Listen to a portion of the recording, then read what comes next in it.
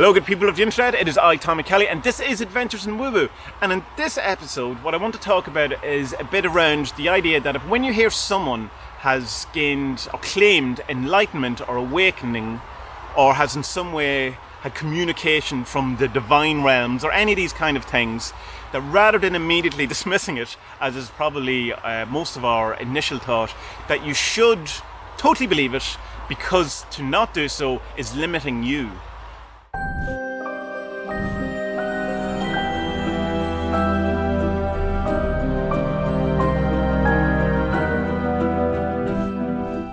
Welcome to a very rainy Ireland. I'm in the forest once again, and well, it's a wood, this is a forest. I've still yet to work out what the difference is. Anyway, it's besides the point. It's raining. It's always raining in Ireland, but it's particularly rainy today. And I was going to do this in the car, and then I said, no, that's quite boring of a backdrop. So I said, I'll go out into the forest, under a tree, and do it anyway. So hopefully the background noise of the rain is soothing or atmospheric rather than annoying, and cuts in on what I'm saying. So what I want to talk about today is something that I have mentioned before on the blog a number of years ago when I was talking about reading the Baptist Head Trilogy by Alan Chapman and Duncan Barford.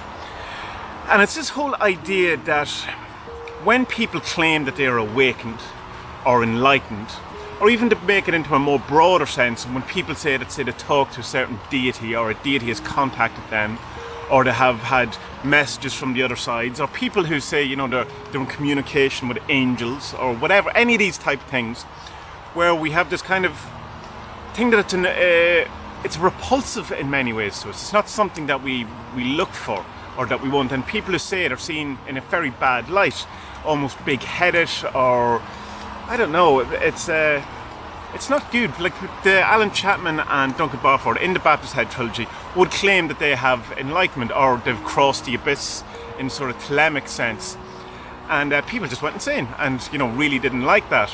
And I was trying to come up with the different reasons why I think that is, and there's a number of reasons, and there's kind of things involved in those reasons that I think it's inherently a bad kind of view that we have on life.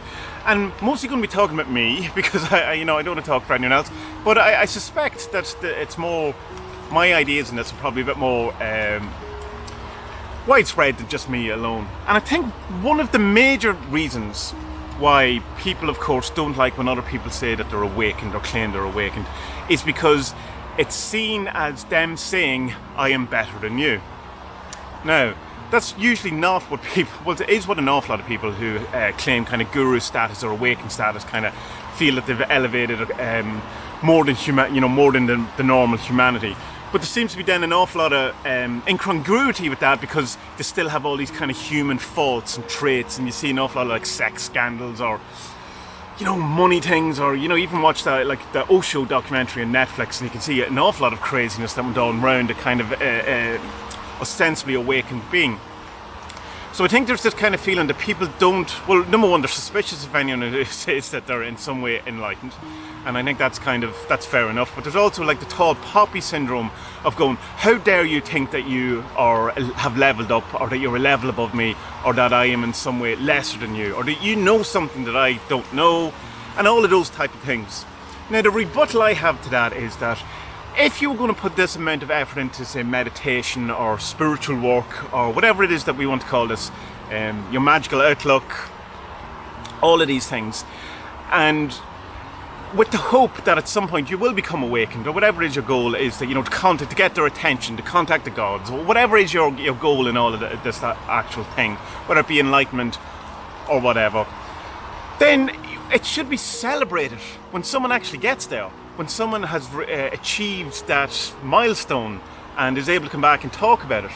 Because otherwise it's just theoretical. And I think the reason is that we don't actually believe that these things are possible. We kind of like the idea of it, or it's for other people, or for, you know, like the masters of years ago. You know, it's for like your Jesuses, it's for your Buddhas, or it's for your Lao Tzus, and all of these, you know, kind of people. And that's fine for them, but not for all these normal people. It's not for normal people. And of course, all of these masters, or all of these teachers, would have strongly put forward the idea that it's not just me, you know, it's all of these things and more you can do. All of these, so it's not kind of a separation between God and man. And of course, that's duality anyway, where there's, you know, there's only one person in the room, it's non-dual, all that thing. Well, that's one view of looking at it. So I think when people, apart from the tall poppy thing, apart from the suspicion thing, apart from, people thinking that you're looking down on them or you're in some way putting yourself ahead, putting yourself in a pedestal that you don't deserve, there is, I think, a kind of thing that we don't actually believe it's possible. And I think that's wrong. Like, and it's, well, not wrong, because none of it's wrong, but it's worth looking at. Because if you wanted to be an accountant, I don't know why I always bring up an accountant as an example. I think it's like in my head the most mundane job you can kind of have, which is probably not at all. Being an accountant probably is like extremely exciting and stressful and all those things. But anyway, if you wanted to be an accountant and you're told, well, to be an accountant you have to go and do all of these things, you have to go to college, you've learned how to be an accountant, and at the end you're qualified. You go, well, that's fair enough.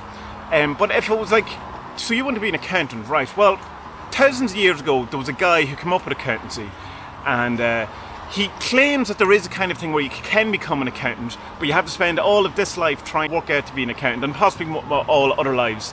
And ultimately, when you do become an accountant, no one will believe you, everyone will shun you, and will say it's not true. So it's not quite exactly like that, but it's more or less, if you come from the meditation to enlightenment type thing, is that it's seen as such a far away goal, a kind of a lofty goal, but it should be a doable goal. It's when people claim it, then it should be celebrated, because we go, well, if he can do it, then I can do it. That it is a possible goal, it's attainable. And if it is an unattainable goal, why bother? Why, if it is only these people, these special people, these chosen by God or by the universe people that can achieve these states, then it's not for us. It's not for us mere mortals. And if it is just unattainable and out there and all that, what are we working towards exactly? Do we honestly think that it's not possible? And it's better explained, I think, when it comes to magic, where you hear people talking about Astaroth told me, or Hecate told me, or when I was in communication with certain spirits, they told me. And there's the immediate thing is kind of to scoff at that, going, yeah, right. Who are you talking to? You're talking to yourself, you're talking to your brain. But at the same time, these are people who would also engage with the Goetia, or servitors, or any amount of other magical ideas, and I'm quite happy to do so. And I think that comes down to the fact that no matter what people kind of purport to say, or kind of seemingly say, or present themselves, they really don't actually believe that it's possible, that it's a thing. And the question then is, why are you doing this? And you can do it as an experiment, as and kind of as a belief-shifting idea, and I understand all of those type of things. But I do fundamentally think that the reason people mostly reject claims of enlightenment, claims of magic working, this is within magic circles. Outside of magic circles, people can dismiss all they want, and I completely understand that because they're coming from a different mindset. I'm specifically talking within occult, magic, meditation, awakening, enlightenment, mindsets, thoughts, schools, all of those things.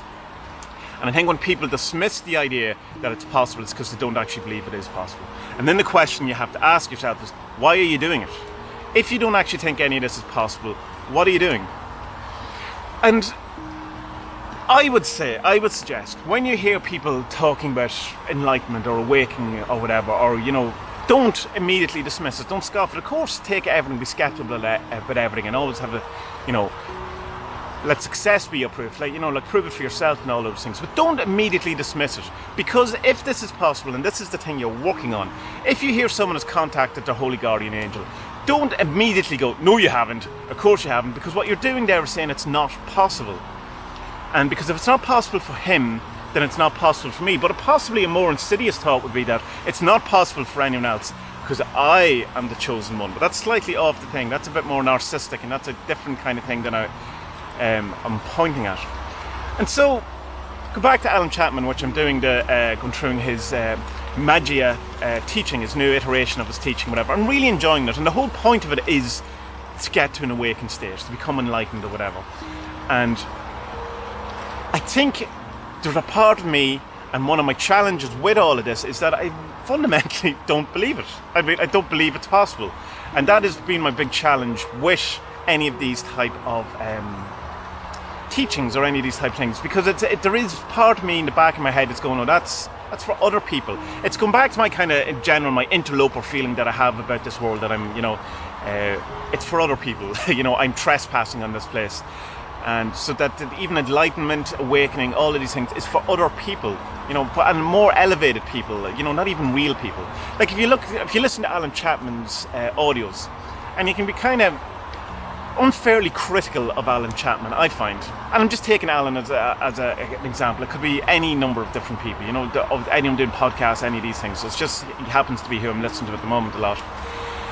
And you can be unfairly critical because he's Alan Chapman from the UK. He has a certain accent.